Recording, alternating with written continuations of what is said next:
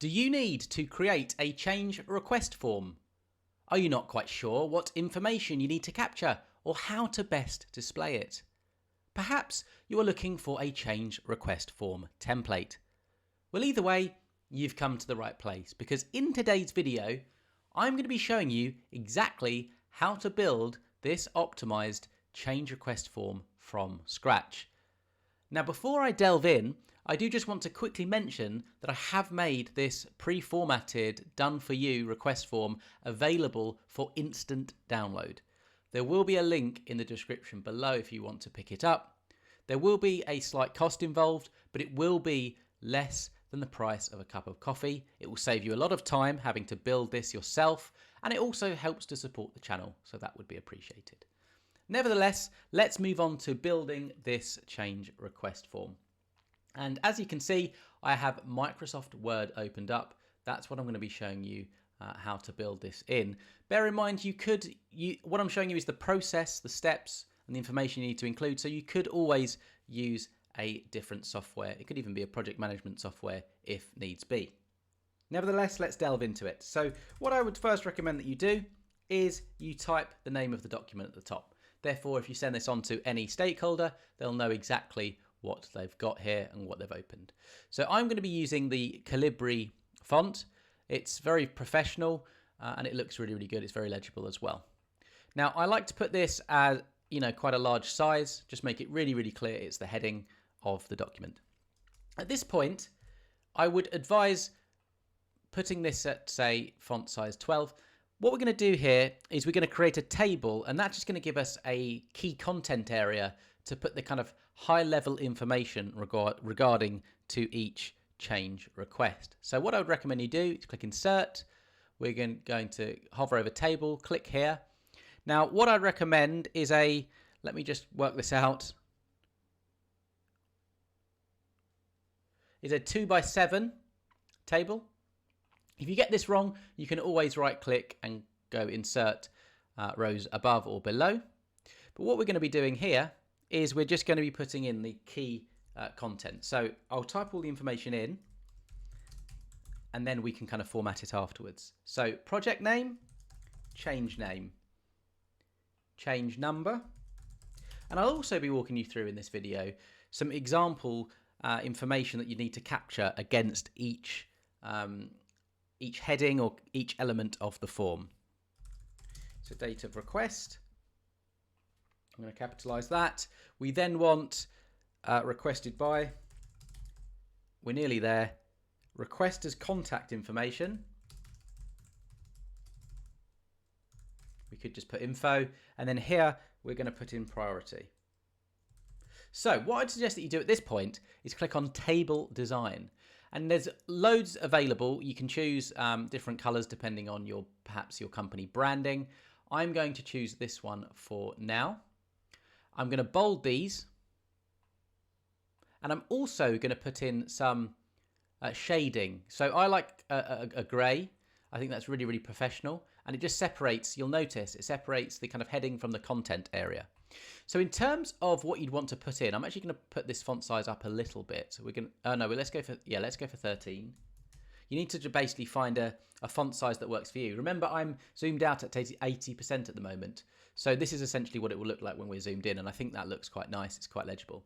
So you'd basically put the project name in here. So as an example, this could be something like Project Alpha. The change name would be a description, a very short, up to say 10 words description of what's happening.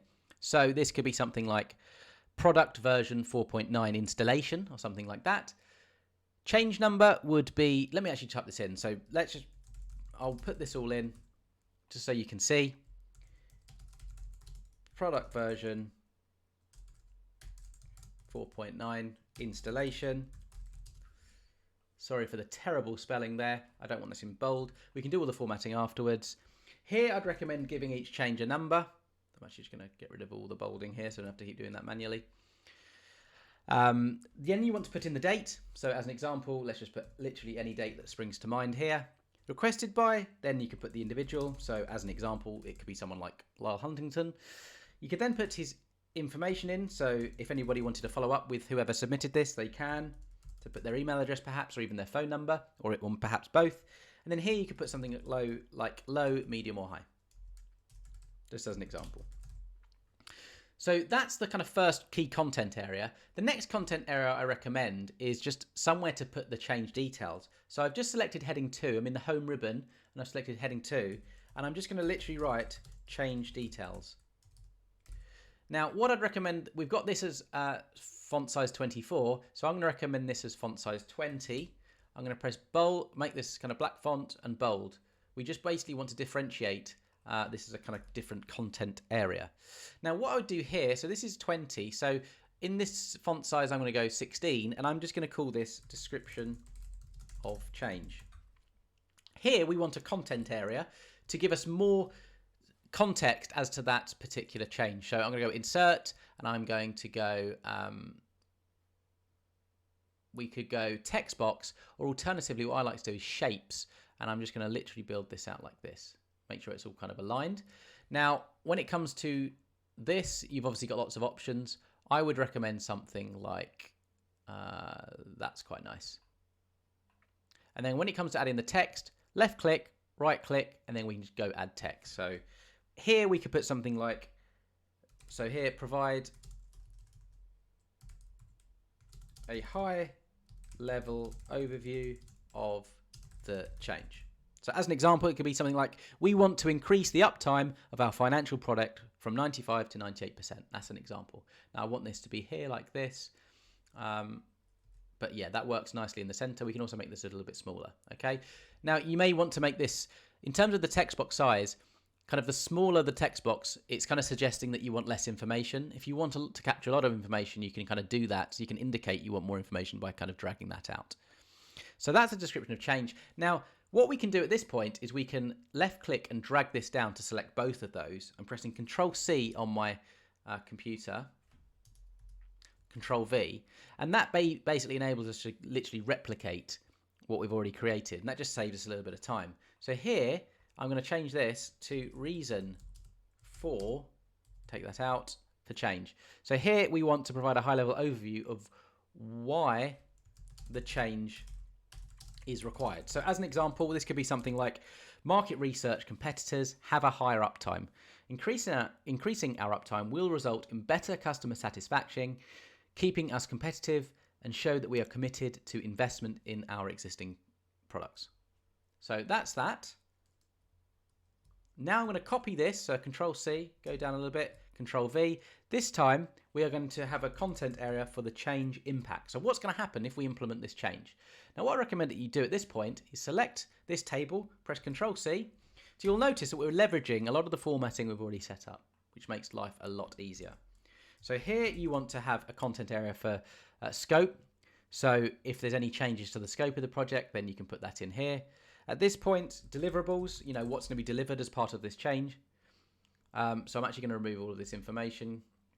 So yeah, is there any, so I'm literally selecting all of this and backspacing, backspace, backspace, backspace, backspace. So let me put all this in: scope, deliverables, cost, resources, timelines, and stakeholders. So basically what you'd be putting in each content box, we don't need this, so I'm going to select both of those, and I'm going to press right click, and I'm going to press delete cells, shift cells left, okay. So what we're putting in here is if there's a change to the scope, if there's any new deliverables that are required as part of the change, I'd go in here. If there's any increased cost or changes to the cost of the project, it'd go in here. Any new resources required, whether that be materials, labor, etc., that goes in here. Any changes to the timelines of the project, that can go in here. And if any stakeholders will be impacted, then it will go here. So as an example, in this one we've put in the new product version, that would essentially be something like, the change will have a positive impact on our customers because they'll benefit from increased product improvement. Our stakeholders will have a positive impact because they will, you know, will have a competitive edge, and we could have increased market share and revenue. However, employees may have an increased workload while we roll this out. So that's what I'd put in here. Next up, we've got the risk analysis section. So again, I copied this. So Control C, just move that, Control V. So we need to have a content area. Oh, looks like I've removed that slightly. So if that happens, you can always just kind of go back like that and then just do something like that just to get it in. Risk with the formatting. So risk analysis. So we want to include a content area for, if any risks could arise due to this change. So I'm going to copy this as well. I'm actually going to remove that. What I should have done, let me just get rid of that, is select this and this. We want both of those, Control C, Enter, Control V. So here we need to change this to risk identification. And in here, you would basically put any kind of any risk that could arise. So product downtime could happen during this installation. So you'd put any risk with this new change go in here. At this point, we want, I could have probably copied and pasted both of these because we want another content box like this.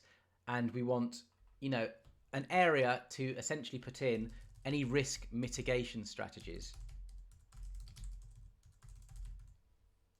So what will we do to prevent any if those risks were to arise? What would we do in response, or how would we kind of prevent that risk from being as problematic as possible? And then what we could also do is have let's copy this again. We could have a probability of risk. But you see what I'm doing here? I'm using existing. So you create all the formatting up front and then you copy and paste.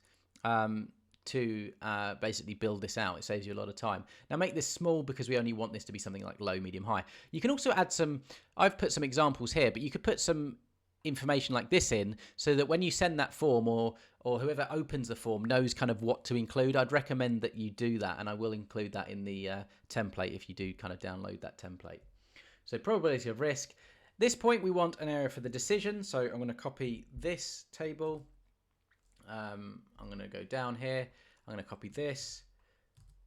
But you'll notice that I'm copying and pasting certain elements because I want it to have the same kind of structure. So in terms of, say, font size and kind of general aesthetics. If you look, this looks like a new content area, You get the idea. It might even make sense to have a bit of a space there. You see what I'm kind of doing here. Now, in terms of decision, we need somewhere to put whether the change was accepted, declined, or if, requires more information, as an example. So I'm just type that in there. I'm going to remove all of these because we don't need those. So select, left click on the mouse, drag to the bottom, backspace, and press OK. Now I'm going to make this content area smaller because we don't, this is just going to be somewhere as almost a checkbox where we can put this in. So what I'm actually going to do is that. So what I did there is I found that kind of little icon as I hovered over that line and left clicked and dragged, and you'll see it just kind of changes the size of that. So here you could put in a little checkbox. You could put something like an X. So if it was accepted, an X or capital would probably make some more sense. You see? And the others would be blank. That's how that would kind of work. And then at the bottom, you just want a little content area for kind of sign off. So what I would do here, and kind of who was the project manager, who's the decision maker, etc. So what I would do at this particular point is I'd copy and paste this, and I'd go Control C, Control V, and then, actually no, I wouldn't do that, sorry. I'd go Insert, Table, 3 by 1, and then I would go something like, Control Z, Control Z, Control Z, made a mistake there. I would do something like, I'm going to make this a little bit smaller. So 14, I'm going to go Project Manager, press the Tab button, Tab, backspace, and then Signature, Tab. Basically, I'm just trying to get the alignment there so that the heading is above the box. Control, and then I'm going to select all of that, Control C, Control V, and then this time, this is going to be the decision maker name/title. Might make this a little bit smaller because you'll notice it doesn't quite fit, so we'll do that as 12. We'll do this as 12, and then we just need to make sure it's all kind of aligned. So as an example, I'm actually going to do that, make sure it's all aligned, and then I'm going to move that across. So it's just There you go. That looks much better. Like that, and I'll just do the same here. And that is essentially how to create a change request form, a formatted change request form in Word that you can leverage on your projects going forward. As I say, there is a link in the description below if you don't want to go ahead and build this yourself, but hopefully you've got an idea of the kind of information you should capture and some examples of what you need to include. I would recommend putting in some kind of dummy data or text, I should say, just for whoever's kind of submitting this form, they know what to include. What you could even create an example like I have at the top here, and then they could kind of use that for reference, essentially. So, hope this video is useful. Any questions, comments, feedback, drop them down below. With all that said, best of luck with your change request form, and I hope you have an excellent day.